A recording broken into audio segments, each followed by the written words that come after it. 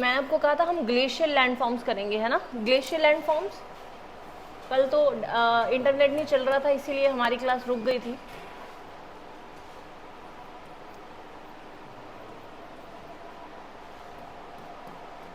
Glacial landforms यानी कि glacier से बनने वाली स्थलाकृतियाँ, ग्लेशियर हिमानी से बनने वाली। कशिश की क्लास होती है इस टाइम पे? पहले तो थी नहीं उसकी क्लास इस टाइम पे, है ना, उसकी इस टाइम पे नहीं थी क्लास, रिया की थी इस टाइम पे क्लास। फिर एकदम से क्या हो गया, उसको क्लासेस करना बंद कर दिए उसने? अब नहीं आती है? अच्छा, क्या हो गया उसको एकदम से? ये वाला कंसेप्ट बड़ा ज़्यादा भी सीरियसली मत ले लो, लाइफ टाइम वाला, ठीक है। यही एक होता है कि चलो लाइफ टाइम है कोई बात नहीं, लेकिन लाइफ टाइम का सोच के ना इंसान वैसे नहीं पढ़ता है, लेट के यार कर लूँगा मैं, लेकिन ऐसा होता नहीं है। फिर करने की बारी जब आती है ना तब। तो मैंने आपको सबसे पहले जो कल बताया था वो था यू शेप वैलीज़। तो आज हम देखेंगे कि ये यू शेप वैलीज़ कैसे बनती हैं और दिखती कैसी हैं। यू शेप वैलीज़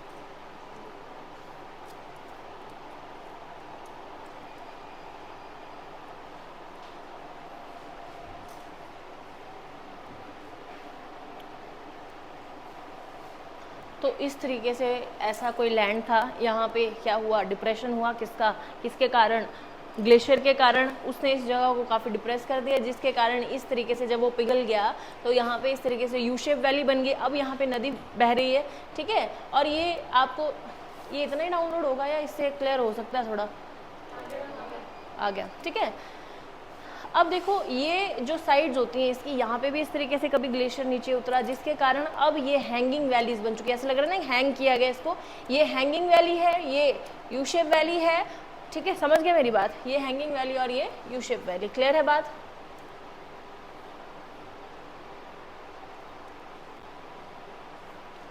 अगर थोड़ा नेचुरल उसमें देखना है तो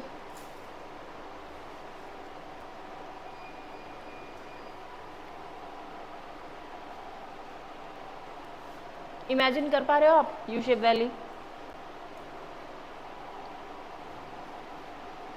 ठीक है, ये यू शेप वैली और ये यहाँ पे हैंगिंग वैलीज जहाँ से पानी आ रहा है।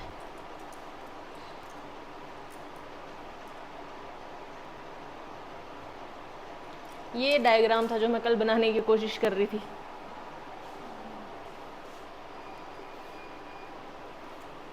U shape valley, hanging valley, ये मरने दो।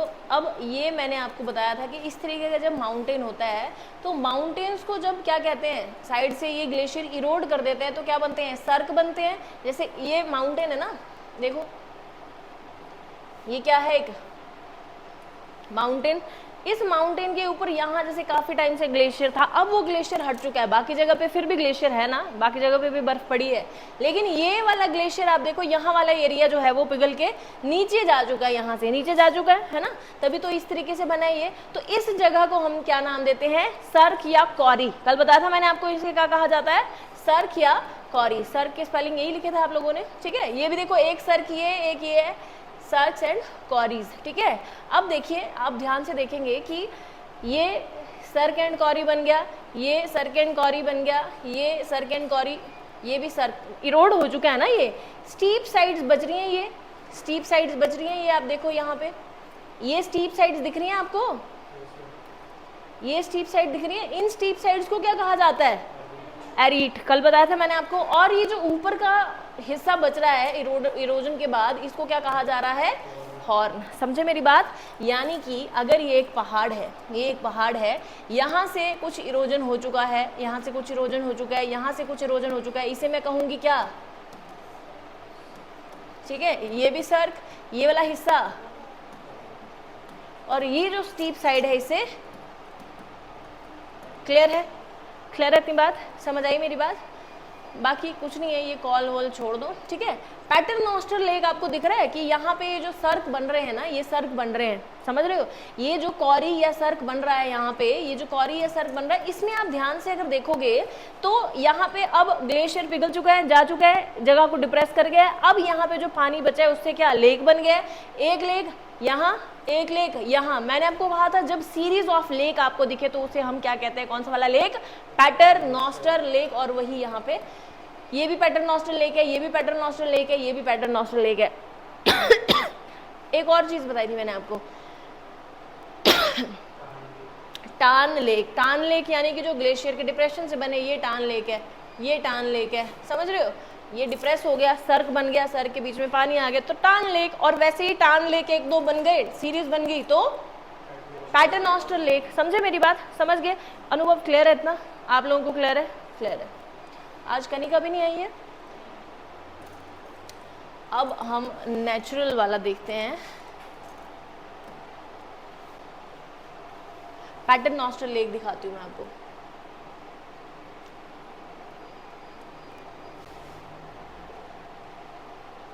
कुछ टाइम बाद मैं क्या करूंगी ना, अभी मैंने लैपटॉप नहीं खरीदा, लैपटॉप खरीद लेती हूँ, उसके बाद पीडीएफ बना के सीधा आपको, ताकि मतलब ऐसे ना करना पड़े, ठीक है।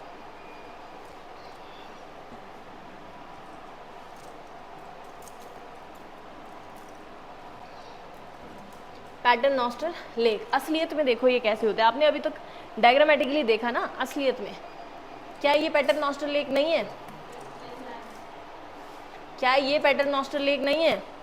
एक दो तीन लेक, एक दो ऐसा नहीं है, तीन ही होते, तीन से ज्यादा भी हो सकते हैं, मतलब सीरीज ऑफ लेक है। और कौन से लेक? टान लेक, जो कि किसकी वजह से बने हैं? ग्लेशियर की वजह से, ठीक है। क्लियर है? डन।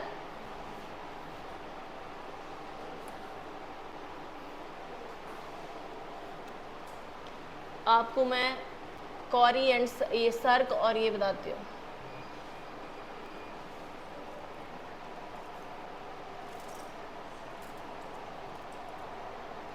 सर्क लेक मतलब वही सर्क के अंदर, टान लेक बोलेंगे बेसिकली उसको।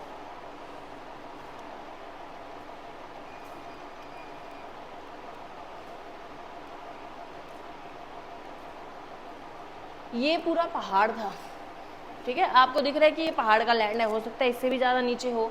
ये किसने इरोड कर दिया ये वाला एरिया?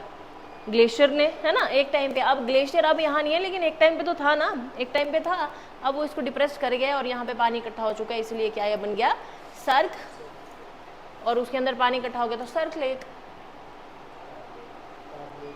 टान लेक वही हुआ, टान लेक वही हुआ बेसिकली, ग्लेशियर के कारण बनने वाला।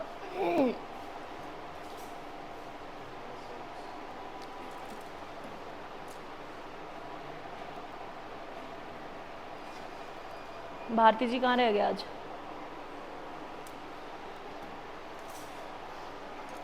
एक सेकेंड, आप मोनिका आप बताएंगे ये क्या चीज़ है? ये क्या चीज़ है? ये जो डिप्रेशन है,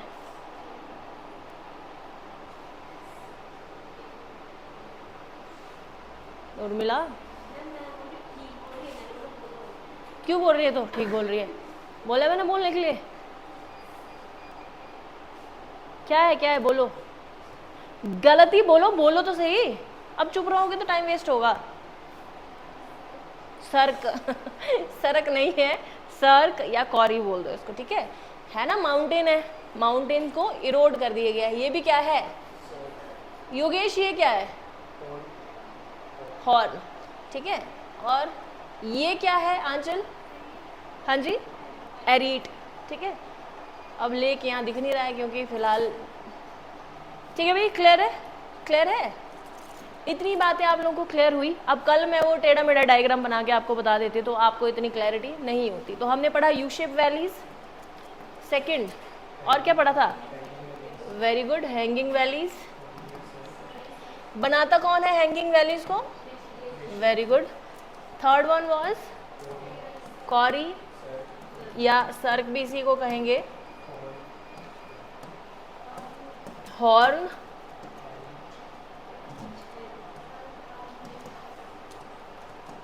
एरीट, tarn lake and seventh one is paternoster lake. Paternoster, ठीक है, पैटरनॉस्टर लेक। क्लियर है इतनी बात?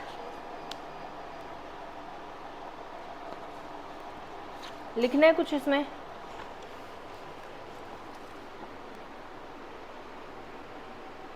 टार्न लेक के बारे में लिख लीजिए। देखो टार्न लेक जो है एक फीचर है, लेक तो कोई इरोजनल या डिपोजिशनल लैंडफॉर्म नहीं हो सकता ना, ये क्या है? एक इवन ये भी एक फीचर है। बाकी के आपके इरोडेड लैंडफॉर्म है सारे के सारे, ठीक है, बाकी के सारे इरोडेड लैंडफॉर्म है। आप लिखिए टार्न लेक के बारे में लिखिए, it is a glacial lake, it is a glacial lake, it is a glacial lake developed it is a glacial lake developed it is a glacial lake developed in a sarc regions, in a sarc regions, it is a glacial lake developed in a sarc regions when temperature rises, when temperature rises। Clear हुई बात?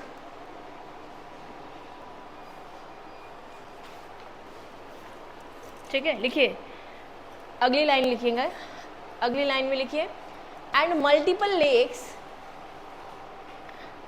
या फिर लिखिए and multiple tarn lakes are known as paternoster lake, and multiple tarn lakes are known as paternoster lake, paternoster lake. Clear है? Clear है भाई?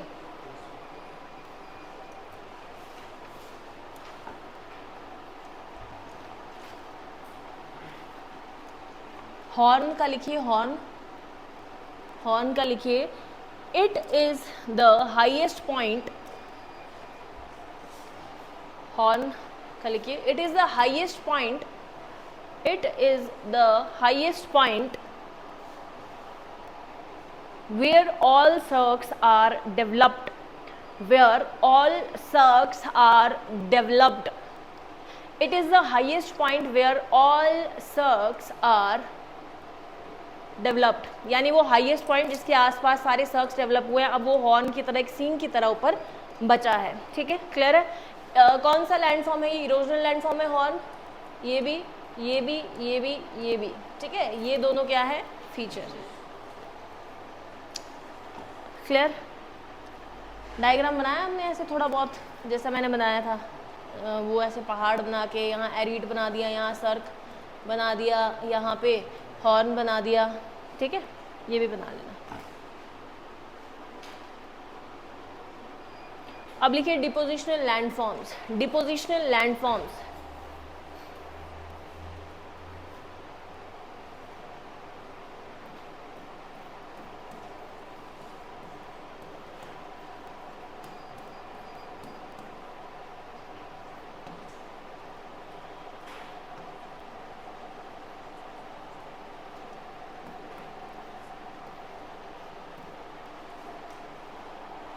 Depositional landforms, सबसे पहला लिखिए एस्कर्स, एस्कर्स,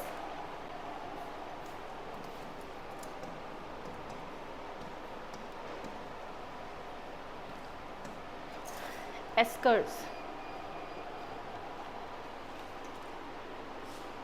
देखें देखें एस्कर्स,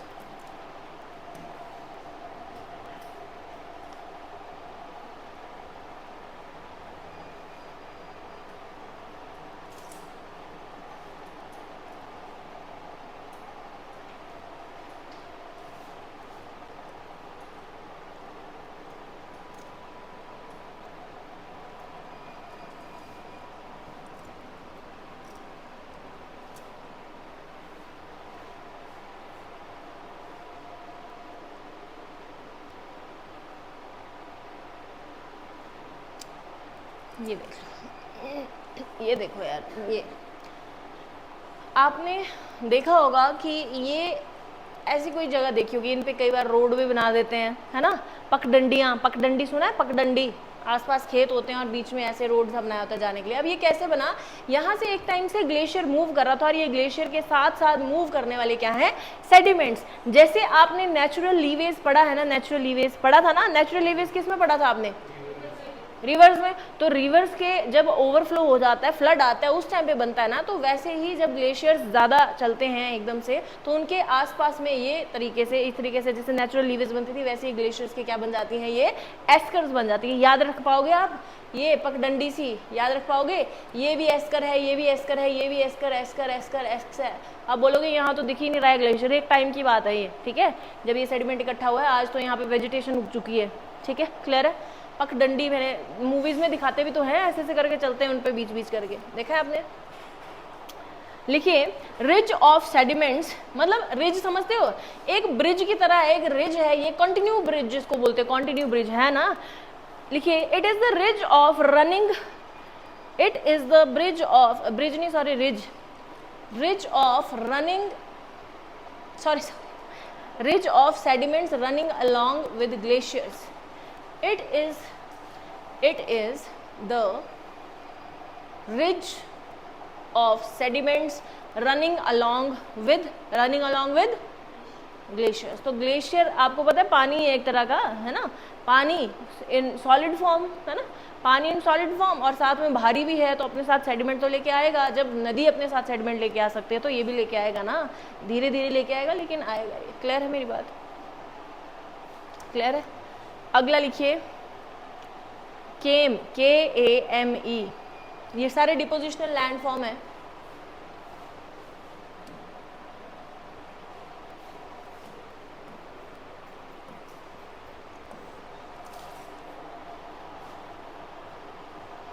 जैसे ये देखा ना आपने, एक कॉन्टिन्यूस रिज है, ये कॉन्टिन्यूस रिज।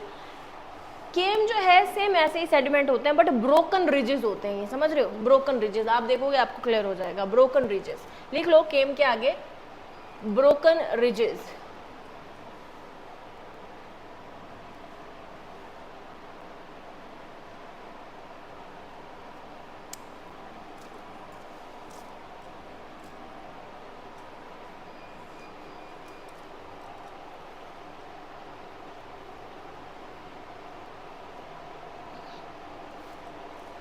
देख पा रहे हो, है ना, ये ब्रोकन रिजेस हैं कि नहीं है।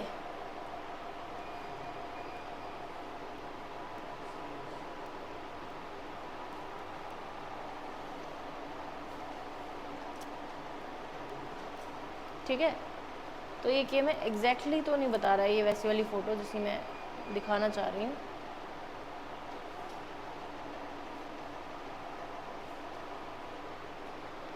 ये देख लो, ब्रोकन रिजेस मतलब कंटिन्यूस रिज नहीं है इसमें, देखो थोड़ा ये है, फिर ये है, फिर वो है, ठीक है, समझ गए। केम के बारे में लिखना क्या है, इतना लिखो, ब्रोकन रिजेस, ठीक है, लिख लिए, ऐसे लिख लो, these are like eskers but they are not continuous, ठीक है, मतलब एस्कर्स की तरह ही है बट कॉन्टिन्यू नहीं करते हैं ये।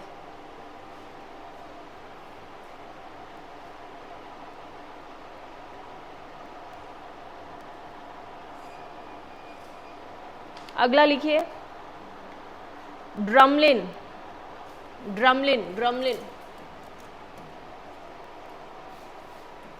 अगला है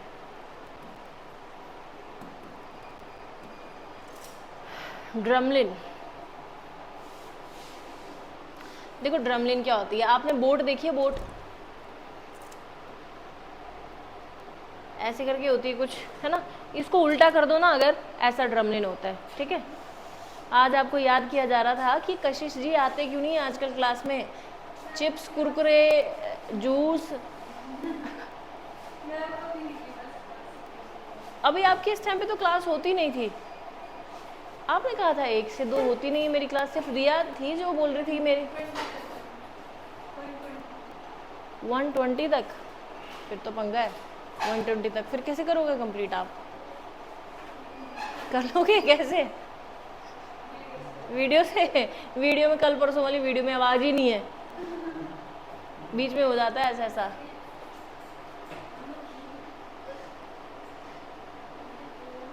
ये अच्छा, ये तो मैंने बनाया है।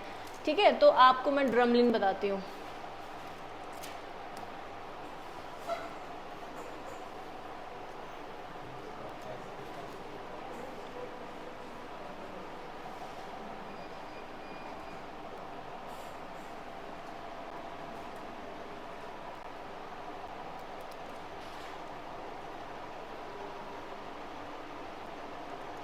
इस तरीके की कुछ शेप होती है ड्रमलिन की, देखा होगा आपने कई बार, घास वास चराने जाओ डंगरों को।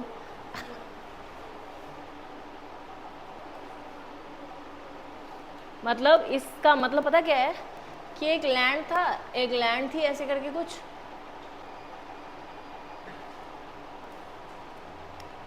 ये भी ड्रमलिन ही है वैसे तो। ठीक है, मतलब एक लैंड था और यहाँ से ग्लेशियर आया और एकदम से यहाँ पे रुक गया, इसने अपने सेडिमेंट जो है ऐसे डिपॉजिट कर दिए। इस तरीके से बनता है कुछ, इस तरीके से, इस तरीके से। ठीक है, यानी कि यहाँ से ग्लेशियर की डायरेक्शन जो है वो इस तरफ को थी, मतलब इधर से आ रहा था और यहाँ पे सेडिमेंट डिपॉजिट करके पिघल गया या आगे निकल गया। ठीक है, क्लियर है?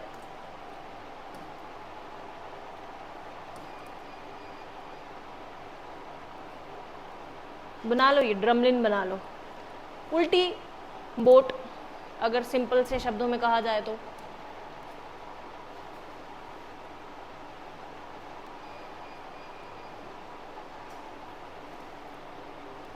आपने याद रखना है जहाँ से चल रहा था आगे, तो डायरेक्शन ऑफ आपको फ्लो पूछ सकता है कि डायरेक्शन क्या थी ग्लेशियर की, तो इस तरफ को हमेशा आपने याद रखनी है। ठीक है,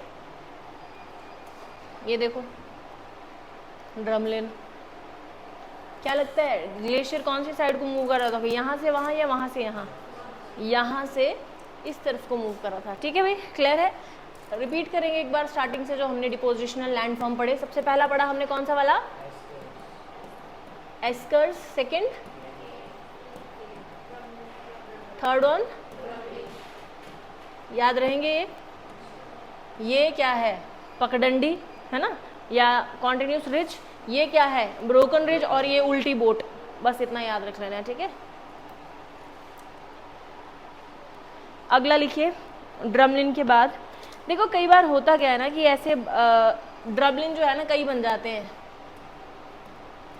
ऐसे। मान लो ये लैंड है, एक ड्रमलिन यहाँ बन गया, एक यहाँ बन गया, एक यहाँ बन गया, एक यहाँ बन गया, है ना, बड़े सारे बन जाते हैं। तो ऐसे लगता है कि अंडे रखे हुए हैं। ठीक है, ऐसे लगता है बास्केट में अंडे रखे। तो ऐसे वाली लैंड फॉर्म जो है जब बड़े सारे बन जाते हैं, इन्हें कहा जाता है basket of egg topography. Basket of egg topography, basket of egg topography. ठीक है, क्लियर है?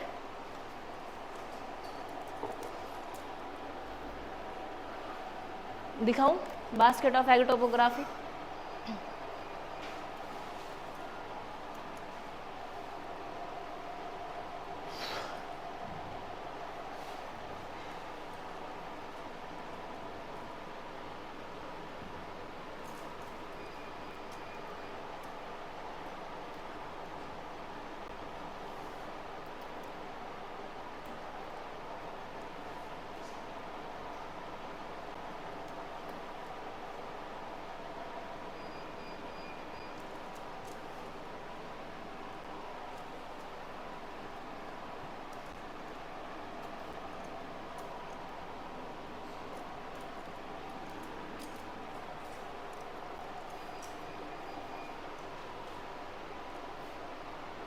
ये क्या था? ड्रमलिन और बड़े सारे ड्रमलिन, यानी बास्केट ऑफ एग ट्रोपोग्राफी। ठीक है, basket of egg topography is related to glacier landforms, the cluster of drumlin जो भी है।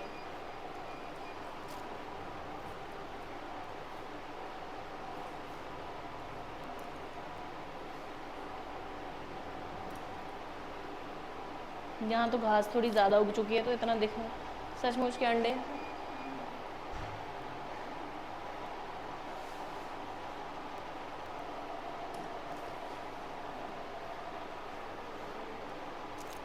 ये है असलियत में बास्केट ऑफ एग टोपोग्राफी। देखा अनुभव ऐसा कुछ कभी? कहीं नहीं देखा? आप लोगों ने ड्रमलिन तो देखा होगा, ऐसी बात नहीं है। तो इसमें क्या लग रहा है आपको? Where is the flow, direction का फ्लो कहाँ है? किस तरफ? इस तरफ को दिख रहा है, यानी इस तरह ऐसे आ रहा है नीचे को, है ना? इस तरफ को दिख रहा है, यानी ऐसे आया है नीचे को। समझ गए ना? समझ गए? एक बार रिपीट करेंगे। Depositional eskers came basket of egg topography इसी से रिलेटेड है।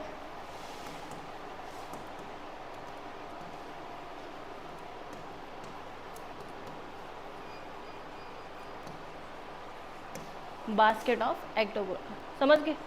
ये थे आपके ग्लेशियल लैंडफॉर्म्स। अब जैसे मैं आपको बताऊं, मोरेन लिखिए आप, मोरेन शब्द लिखिए, मोरेन। आपको याद होगा मोरेन, वैसे मोरेन को हिंदी में हिमोड़ कहा जाता है, हिमोड़। आपको मैंने कहा है ना कि विंड से बनने वाले लैंड्स, विंड से बनने वाले मैदान जहां पे एग्रीकल्चर होता है, क्या नाम था उनका? लॉयस। यही कह रहा था ना, विंड से बनने वाले मैदान जिनके ऊपर एग्रीकल्चर किया जा सकता है उन्हें लॉयस कहा जाता है। वैसे ही इनके जो सेडिमेंट्स हैं इनसे भी मैदान बनते हैं, उन्हें क्या कहा जाता है? मोरेन। याद रख पाओगे? देख लें एक बार। मुझे ऐसा लगता नहीं इसकी फोटो होगी, बट फिर भी हो भी सकती है। मोरेन, एक मोरोन भी होता है। वो क्या होता है? मोरोन है, गाली होती है। काफ़ी शरीफ हो, तुम्हें गालियाँ नहीं आती हैं। मतलब मोरेन उतनी गंदी गाली भी नहीं होती है, नॉर्मल।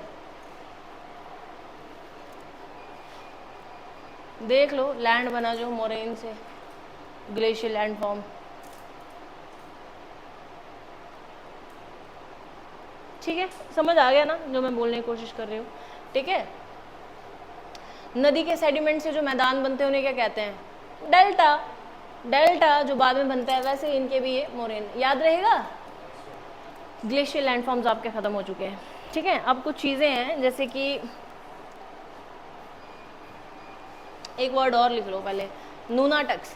मनीषा बताइए नूनाटक्स किसे कहा जाता है? नूनाटक्स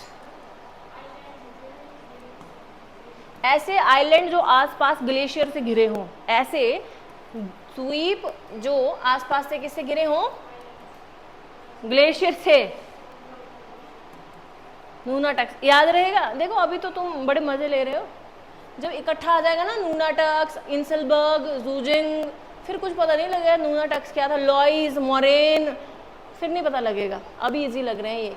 अभी तो फिजिकल ज्योग्राफी का सिर्फ जियोमॉर्फोलॉजी हम खत्म करेंगे आज, ठीक है? कल से आपकी क्लाइमेटोलॉजी स्टार्ट होगी, तो आप सोच लो कोई 30% आपका हुआ है अभी तक, 20%, ठीक है? 20% करेंगे जब ये हो जाएगा क्लाइमेटोलॉजी। 10% है आपका कोई ओशनोलॉजी, इंडियन ज्योग्राफी है, ह्यूमन एंड इकोनॉमिक ज्योग्राफी है, एनवायरनमेंट एंड इकोलॉजी है, ये आपका डिजास्टर मैनेजमेंट है। सोच लो, करवाना पड़ेगा सोलर सिस्टम। मतलब सोलर सिस्टम का क्या पढ़ना है? ये यूनिवर्स और ये मैंने खुद बोला था, मैं भी कितनी पागल हूँ। करवा दूंगी, एक तो नहीं लगेगा, उसके 2-3 लेक्चर लगेंगे। करवा दूंगी। एस्ट्रोनॉमी करवा दूंगी। करना है अनुभव? करना है? चल, तेरी मन नहीं है करने का, ठीक है भाई। नूनाटक्स लग गया पता। अभी कुछ प्लेट्यूज के बारे में पढ़ लेते हैं हम। कितने तरह के प्लेट्यूज होते हैं, बस आपको इतना थोड़ा बहुत याद होना चाहिए, ये पता होना चाहिए। आगे वैसे तो 10 जगह पढ़ोगे आप, ठीक है? सबसे पहला लिखिए inter mountain plateau. Inter mountain plateau, inter mountain plateau.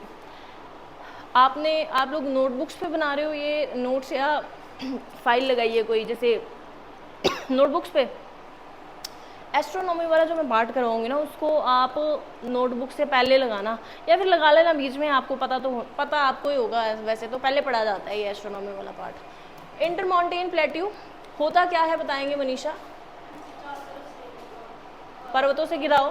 Plateau आपको पता नहीं क्या होता है? पठार, हिंदी में पठार कहते हैं। होता क्या है?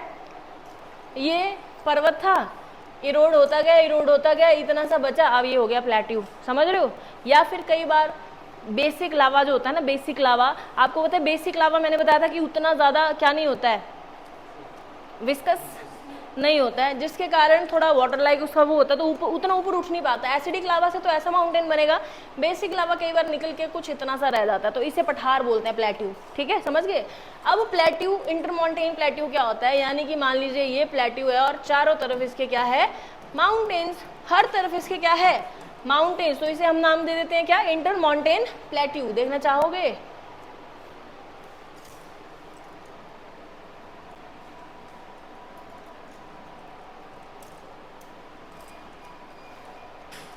Intermountain plateau.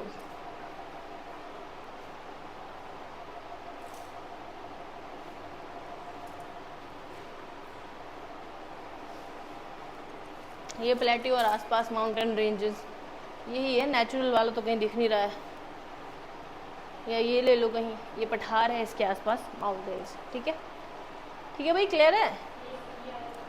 हाँ जी, कौन सा वाला, ये हाँ समझ गए ना तुम लोग, बीच में पठार और उसके पूरे चारों तरफ से किससे घिरा है, वो पर्वतों से। अगला लिखिए, आपको नहीं लगता कि जब से 1 बजे क्लास शिफ्ट हुई है थोड़ी ज़्यादा सुस्ती हो गई है ना, तुम लोगों में तो हुई है, मेरे में भी हो गई है, तो क्या करूँ अब, 12 से 1 भी तो नहीं तुम क्लास लगा सकते, कि लगा सकते हो, फ्री होते हैं, हाँ, आप लोगों की क्लास होती है। इवन आपने भी बोला था कि मैम मेरी नहीं होती है क्लास, मुझे कौन सी क्लास होती है अभी, मेजर सब्जेक्ट है आपका, क्या बोल सकते हैं। इंटरमाउंटेन प्लेट्यू लग गया पता। सेकेंड लिखो पेडिमेंट प्लेट्यू, पिडमेंट प्लेट्यू या पिडमॉन्ट बोलते हैं इसको। ये पर्वत है ना, इनके पैरों में है ये, यहाँ पे प्लेट्यू, ठीक है, पर्वतों के चरणों में जो प्लेट्यू होगा उसे पेडिमेंट प्लेट्यू कह देते हैं, ठीक है। लिख लीजिए, this plateau is situated at the foot of mountain, ठीक है, एक तरफ से मतलब माउंटेन से घिरा होगा और दूसरी तरफ से या तो ओशियन, सी या प्लेन, कोई भी एरिया हो सकता है। मान लो ये माउंटेन है, इस तरफ प्लेन एरिया, मैदान होंगे, या तो ओशियन होगा या तो सी होगा कोई, ठीक है, क्लियर है। ये था आपका जियोमॉर्फोलॉजी, डन है।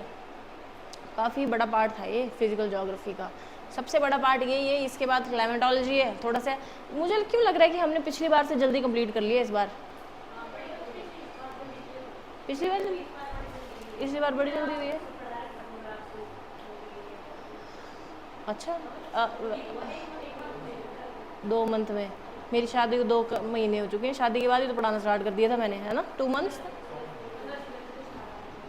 फिर 1.5 में कर दिए, फिर 1.5 में कर दिए, 1.5 मंथ में, डन है, ठीक है। तो इतना ही होता है, 1.5 उल्टा आके बीच में थोड़ा बहुत क्लासेस नहीं भी लगी है, किसी कारण लाइट नहीं थी, कभी क्या नहीं था, फिर भी मतलब ऑलमोस्ट हमने 1.5 मंथ में कर दिया कंप्लीट, 1.5 मंथ से भी कम में हमने ये कंप्लीट कर दिया। कल हम स्टार्ट करेंगे, एस्ट्रोनॉमी करें या क्लाइमेटोलॉजी, देख लो, एस्ट्रोनॉमी बाद में करना है तो बाद में कर लो, पहले ये पूरा कर लो फिजिकल ज्योग्राफी, ऐसे कर लेते हैं, फिजिकल ज्योग्राफी पहले पूरा कर लेते हैं, ठीक है, क्योंकि अभी फ्लो बना है ना आपका, तो कनेक्शन है थोड़ा, जैसे आपके जो मैंने बताया था ना आपको लैटिट्यूड्स, लॉन्गिट्यूड्स, इनका कनेक्शन होगा क्लाइमेटोलॉजी में, तो क्लाइमेटोलॉजी थोड़ा सा है इससे रिलेटेड, इसीलिए कल हम स्टार्ट करेंगे क्लाइमेटोलॉजी। कल स्टार्ट करते हैं। अभी मैं चाहती हूँ कि एक कोई टेस्ट लगा लें हम फिजिकल ज्योग्राफी पे, है ना, ऑनलाइन टेस्ट। क्लियर हुआ ये फिजिकल ज्योग्राफी नहीं सॉरी, आपका ये जो क्लाइमेटोलॉजी, जियोमॉर्फोलॉजी है, इससे अगर कोई कुछ पूछ ले आपसे तो आप बता सकते हो, या किसी किताब में आपको जियोमॉर्फोलॉजी वाला पूरा सेक्शन पढ़ना पड़ जाए, आप समझ आ सकता है आपको कि क्या है क्या नहीं है। लैंड के बारे में हमने पढ़ लिया, इंटीरियर ऑफ अर्थ के बारे में हमने पढ़ लिया, जो डिसकॉन्टिन्यूटीज थी वो पढ़ ली, क्या क्या कैसे कैसे डिसकॉन्टिन्यूटीज आ रही है वो पढ़ ली, आपके अर्थक्वेक की जो वेव्स होती हैं, सेस्मिक वेव्स, वो पढ़ ली, चाहे वो प्राइमरी वेव थी, सेकेंडरी वेव थी, उसके अलावा भी बड़ा कुछ पढ़ लिया हमने, वो ये डेट जोन, टाइम जोन, ये वो जितना भी होता है वो पढ़ लिया। उसके अलावा और क्या किया हमने, लैंड, रिवर्स, माउंटेन्स, माउंटेन्स भी कर लिए, कन्वर्जन डाइवर्जन भी कर लिए है ना, थ्योरीज कर ली है, कॉन्टिनेंटल ड्रिफ्ट थ्योरी कर ली है, सी फ्लोर स्प्रेडिंग थ्योरी कर ली है ना। एक और थी आपके जो अर्थ की इलेक्ट्रोमैग्नेटिज्म को दिखाती है कि अर्थ की अपनी, हाँ, इलेक्ट्रोमैग्नेटिज्म होता है, समझ गए ना।